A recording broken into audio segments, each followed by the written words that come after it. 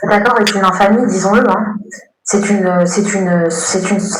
nuit noire là qui s'annonce pour le Moyen-Orient notamment, parce que ça veut dire effectivement, et là, je veux dire, c'est factuel, c'est une capitulation américaine devant ce régime de la République islamique d'Iran. Et ça, pour l'Occident, c'est une très, très, très mauvaise nouvelle.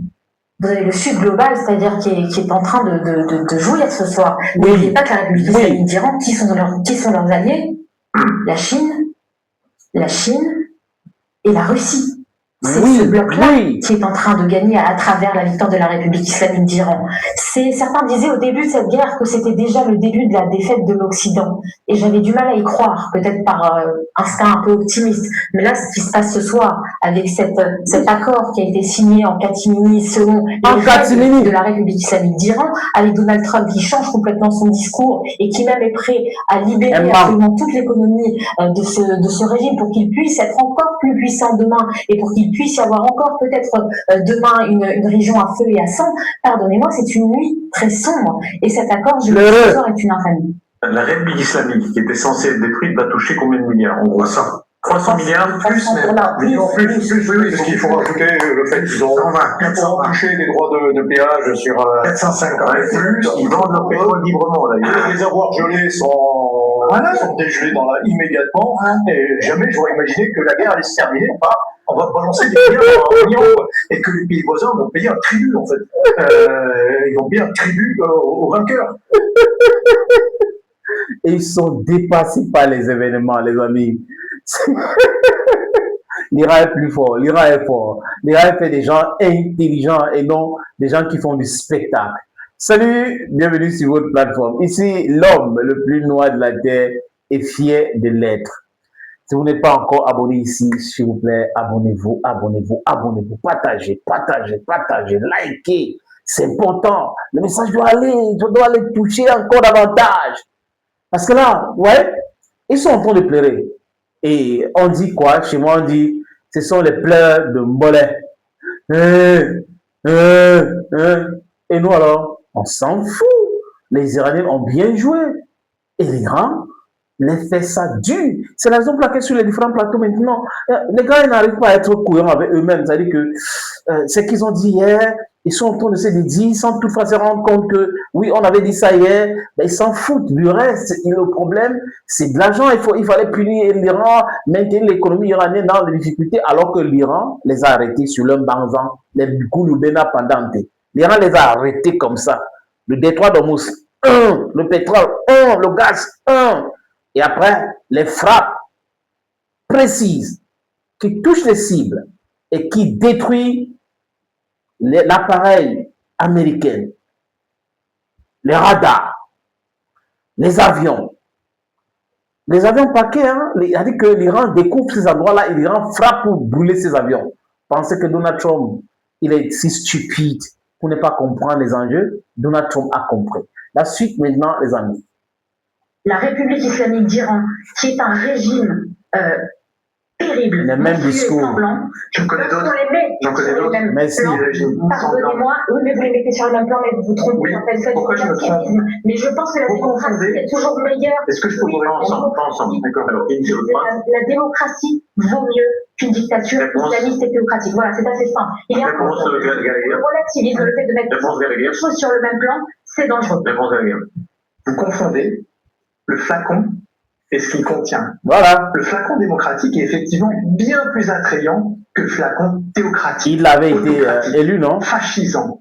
Tout ce qu'est la République islamique d'Iran. Moi, je vous parle du poison. Et la démocratie, elle est capable de produire des poisons terribles. Et on a tendance, comme vous, Noémie, à le lui pardonner précisément parce que c'est une démocratie. Mais quand on est une démocratie, est-ce qu'on pratique la colonisation, l'apartheid, les crimes de guerre, les crimes contre l'humanité? Non. On n'a pas jugé Bush, par exemple. Et on devrait juger Bush. Même Tony Blair. Vous savez très bien. Bien sûr, et c'est une erreur. Parce que le droit et l'empathie, ça s'applique partout et à tout le monde et de la même manière entendu.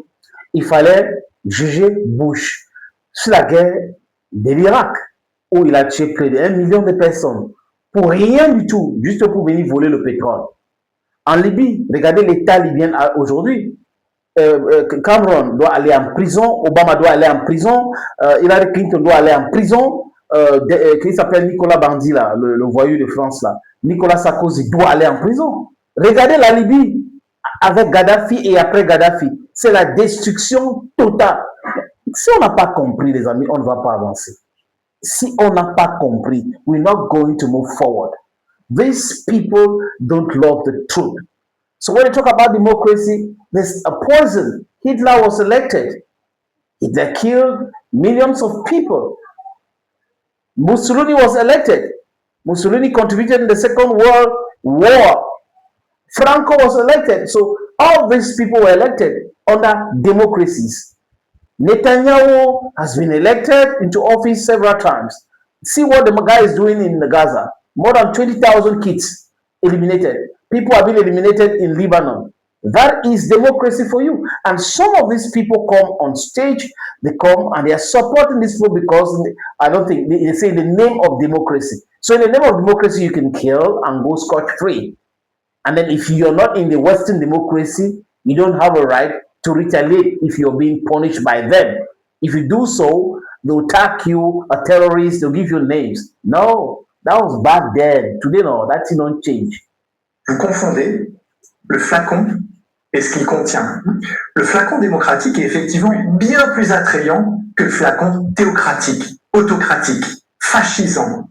Tout ce qu'est la République islamique d'Iran. Moi, je vous parle du poison. Et la démocratie, elle est capable de produire des poisons terribles. Et on a tendance, comme vous, Noémie, à le lui pardonner précisément parce que c'est une démocratie.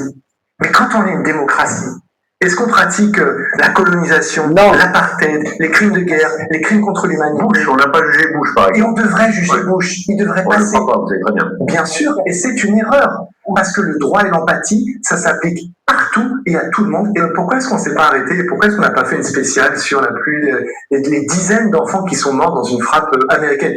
Pour que le gouvernement américain n'a toujours pas reconnu ou condamné. Oui, mais pourquoi est-ce qu'on... De quel droit est-ce qu'on s'installe sur un piédestal, on décide sur un régime dégueulasse, etc. Il l'est. Est-ce qu'on est mieux à partir du moment où on ne reconnaît pas ce crime atroce? Pensez une minute aux parents de ces enfants. On a entendu beaucoup de gens instrumentaliser la douleur de ce peuple pour justifier le fait de bombarder ce pays avec un président des États-Unis qu'aujourd'hui on est en train de dire ah non c'est normal qu'il arrive dans les temps, on le respecte, etc. Qui a dit je vais les renvoyer à l'âge de pierre, qui a dit je vais effacer cette civilisation. Quelle leçon morale on a à donner, nous, quand on accepte cela, quand on attend ce personnage-là qui parle comme ça pour ensuite le fêter, lui offrir des maillots de foot, etc. Voilà la réalité. Il s'appelle Galaga Fenwich. Les amis, il a travaillé en Israël à l'époque du quoi il travaille pour France 24, RFI. Et aujourd'hui, il fait dans le freelance. Il est un consultant. Et il est clairvoyant. En fait, quand on dit la vérité, on ne force pas. On ne fait pas de calculs. On ne réfléchit pas quand on dit la vérité. Ça coule, ça coule, ça coule.